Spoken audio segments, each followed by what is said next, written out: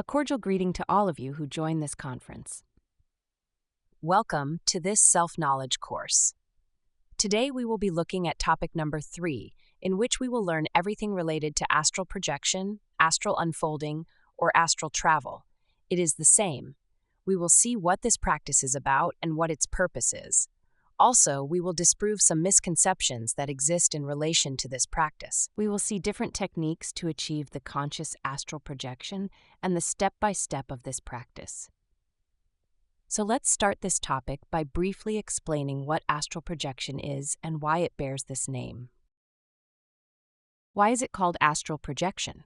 It is called projection, or unfolding, because it consists of taking out an internal double or soul, a body exactly the same as the physical one, but which is not of a cellular nature like the physical body, but rather of a molecular nature. And since it is of a different nature, it has different properties. For example, that body can stretch and then return to its original state. So, if we are unfolded in the astral plane and we stretch a finger to check if we are in the physical or in the astral, if we are in the astral dimension, the finger will stretch as if it were made of rubber. Also, with this body, being of a lighter nature, we can fly and we can go through walls.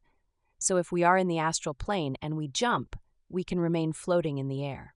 Or if we try to go through a wall or any object with our hand, we can do it. And thus, we verify that we are in the astral plane.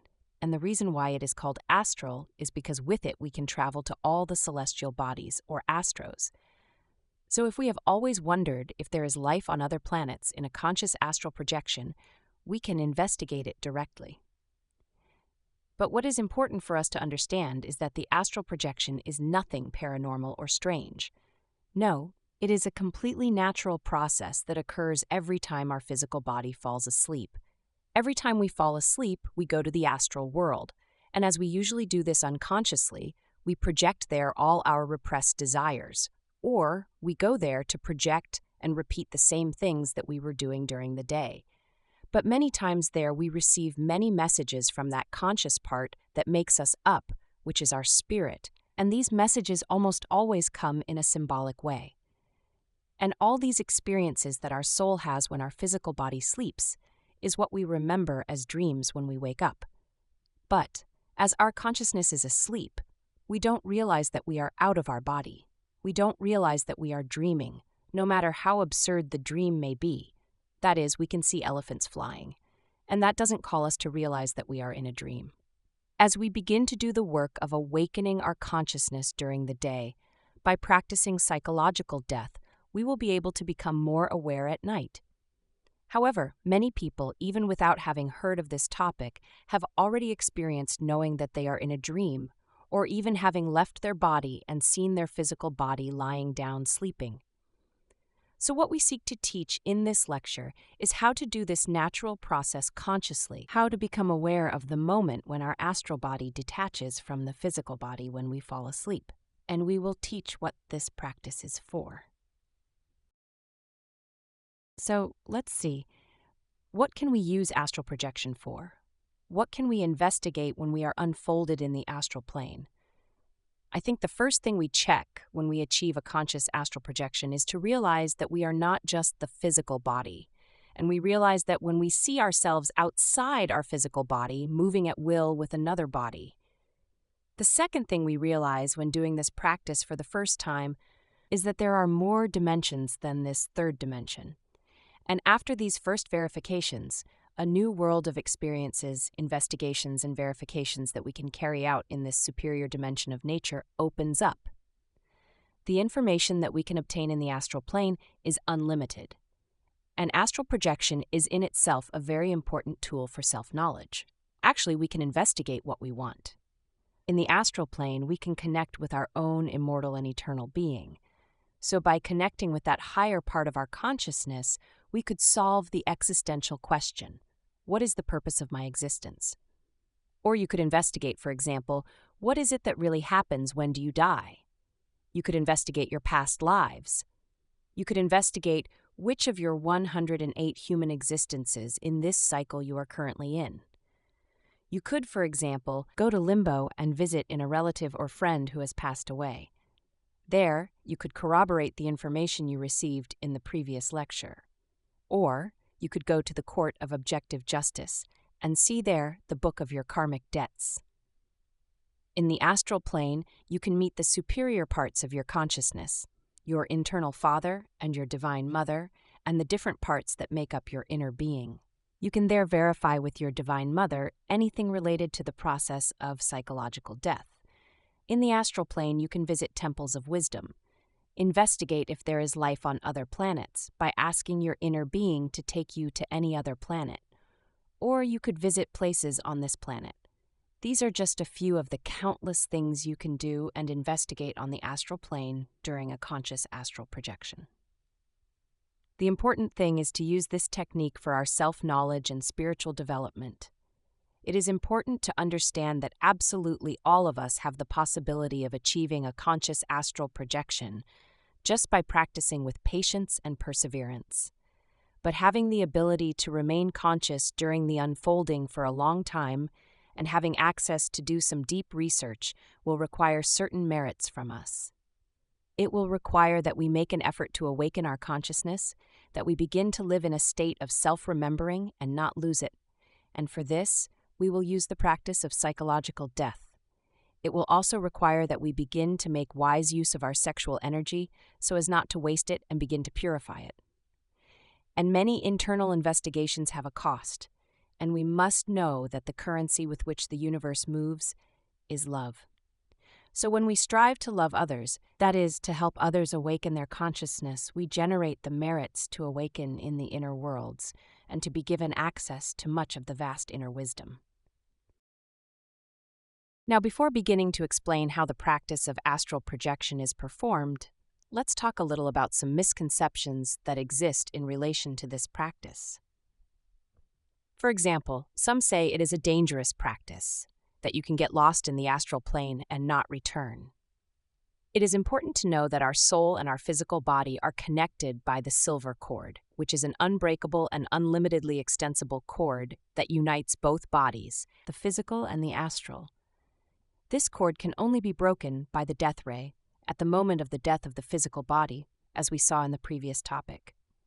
Therefore, the rumors and myths about certain dangers during astral travel are invalid and unfounded, such as that we can stay in the astral and not return, or that when we return, someone else could be inside our body. That is totally impossible due to that energetic cord. Also, this cord constantly sends information from the physical to the astral. That is why we return or wake up every day just by hearing a sound or being called or moved. Exactly the same thing will happen if we are consciously unfolded. Some people say that astral projection is very difficult to achieve, and the truth is that this practice is possible for everyone. And it turns out that precisely believing the concept that it is difficult makes it difficult for us to achieve it, since what we believe we create. Therefore, if we focus on the fact that this is difficult or complicated or dangerous, these concepts will prevent us from succeeding. If we do the practice believing in advance that we won't make it, we certainly won't. And if we do the practice with fear, fear will block our access, since the astral is totally related to our emotions. Some people say that astral projection is only for spiritually advanced people. And that's not true either. We can all achieve conscious astral projection. The truth is that the more you advance in your process of self-knowledge, the more in-depth research you will be able to carry out. But we all have an inner being that will guide us from the very beginning. Some people say that we shouldn't practice this because it is something negative. Although it is true that there are malicious people who use this practice for evil purposes, such as stealing energy from other people. The practice will be positive or negative, depending on the sense or purpose with which we do it. Here we are teaching this practice to advance in our process of self-knowledge and the development of our own consciousness. In addition, we always recommend doing this practice asking for the guidance of our inner being, which represents wisdom and love. Now that we understand what astral projection is, what is it for, and that this is completely safe and useful, let's see what the practice is to achieve a conscious astral projection. There are many ways to do this, many techniques that we could apply so I'll list a few that work perfectly. The first is by using the power of concentration.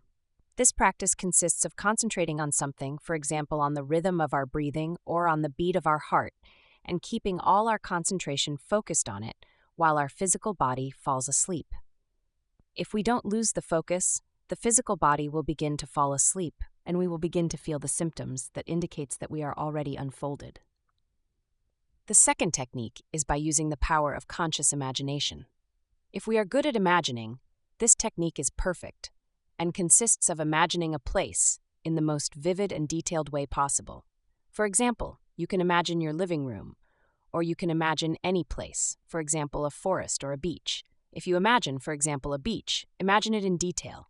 Imagine the sand, the feeling of the sand on your feet, the sea, the wind, the feeling of the wind on your face, the sun, the heat of the sun, etc. And doing this in great detail, you will suddenly find yourself projected in that place, but being conscious within a dream. The third technique is to monitor the sleep process. It consists of trying to become aware of each process that is taking place while our physical body falls asleep, very carefully but without tension, and being able to perceive the precise moment in which the astral body separates from the physical body and we enter the astral plane or world of dreams. This technique is easy for light sleepers. The key is to relax enough for your physical body to fall asleep, but being aware of the process. You may even hear yourself snore or feel any of the symptoms of the unfolding. In that case, you simply get up from your bed with your astral body. The fourth technique is by dying from moment to moment. This technique is very good because it consists of eliminating all the things that are manifested to us at the moment when you are falling asleep, whether they are thoughts, feelings, emotions, sensations, worries, fears, anxiety, etc. So when we are lying down, focused on achieving the projection for whatever comes, be it a thought, emotion, or sensation that try to distract us, we are going to ask our Divine Mother to eliminate it, and we immediately return to concentration until we begin to feel the symptoms. And the fifth and last technique is by chanting mantras.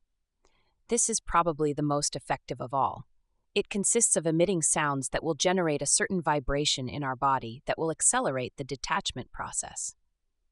Now I'm going to explain the practice step by step, and when we get to the point of applying the technique, I will give an example explaining different mantras that we can use to achieve the conscious astral projection. In any case, what really matters is wanting to do it, and then daring to do it. Where there's a will, there's a way.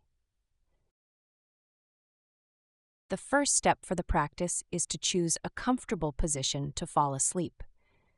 It is preferable, if you do it lying down, to use the supine position, since in that position it is easier to feel the symptoms of unfolding.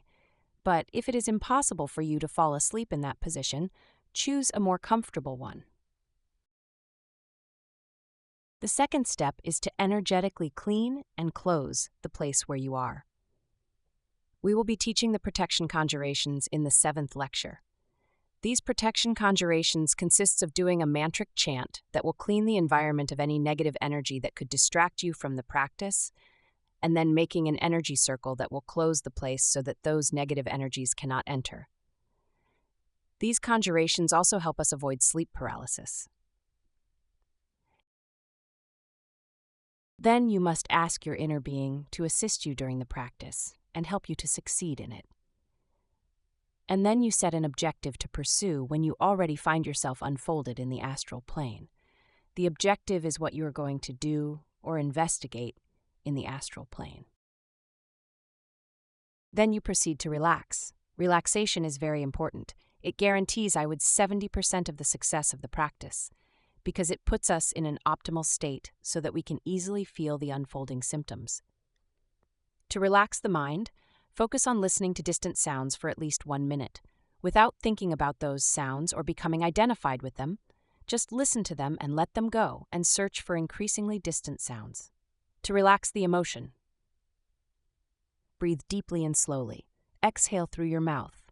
Repeat as many times as necessary until you feel the emotional area relaxed.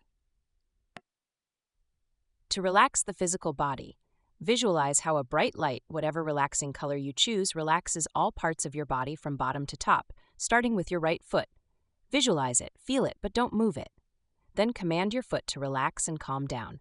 If you don't fall asleep quickly, you can do it finger by finger. Then the front part of the right foot, the heel, the sole, and you order them to relax, and you do the same with the rest of the leg. This is done with all parts of the body from bottom to top, starting from right to left. Visualizing how each part of the body is filled with this calming light, and we command them to relax, calm down, and rest. Then we visualize the whole body completely glowing, and without moving it and in a general way, we order it 3 times. Physical body, be calm, rest. And after relaxing, we proceed to use the technique that we have chosen. If we use the mantra technique, there are several mantras from which we can choose to achieve the conscious astral projection. For example, there is this mantra that is very effective.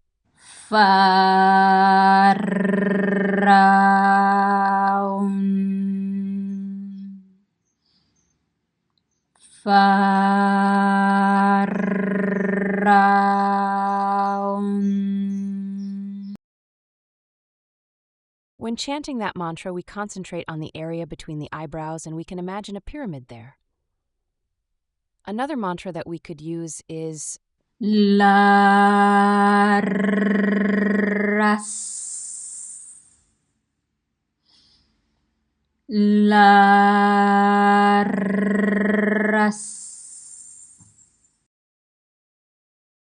With this, we also concentrate on the area between the eyebrows, but visualizing a violet light there. Another mantra that we can use is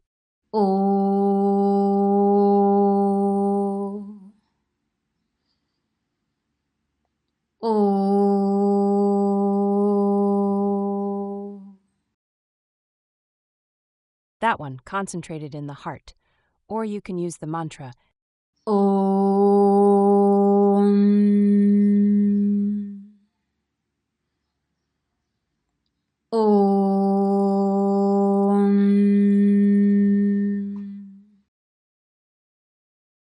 also concentrated in the heart. Another mantra that we can use is the sound.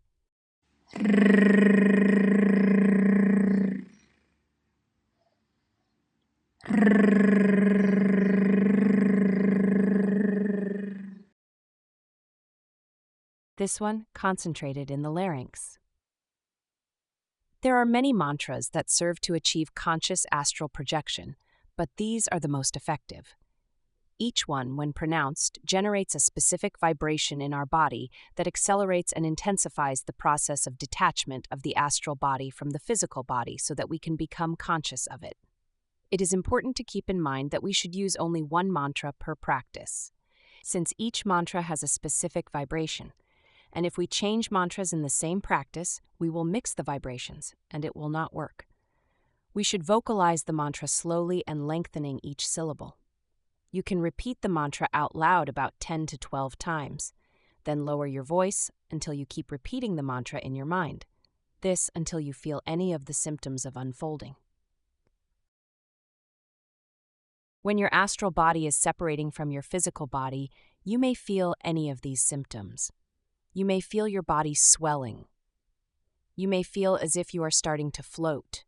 You may feel your body gently swaying as if you are being rocked. You may feel your legs and arms rise and float. You may feel a sensation of electric current. You may feel that you are spinning at high speed. You may hear a noise next to your ears. Or you could consciously appear in a dream. All these are symptoms that the projection is taking place and that you are being aware of the process. What should you do when you feel the symptoms? Control your emotion. Relax. Don't panic or feel euphoric, but relax even more and allow the symptom to grow. When you feel that the symptom is strong enough, move on to the next step. The next step is to get up and check if you are already unfolded. You can do this by getting out of bed and jumping with the intention of floating. Or you can stretch out a finger or try to go through something with your hand. If upon checking, you find that you are still in the physical body because you don't float when jumping or your finger didn't stretch, Then you return to bed and continue using the technique until you feel one of the symptoms. If when you check, you remain floating, or when pulling your finger, it stretches, it means that you are in the astral plane. Then you remember your objective and go for it. That is the practice of astral projection. The secret is to practice with a lot of patience until you achieve it. And remember, where there is a will, there is a way. We hope you are encouraged to practice and have much success. In our next topic, we will be studying the 7 energy centers that we have in our physical body. We are going to learn how to balance these energy centers and how to properly manage the most valuable resource we have, which is our energy. Thank you all for participating in this topic. Remember to leave us any questions or comments you may have. Until next time.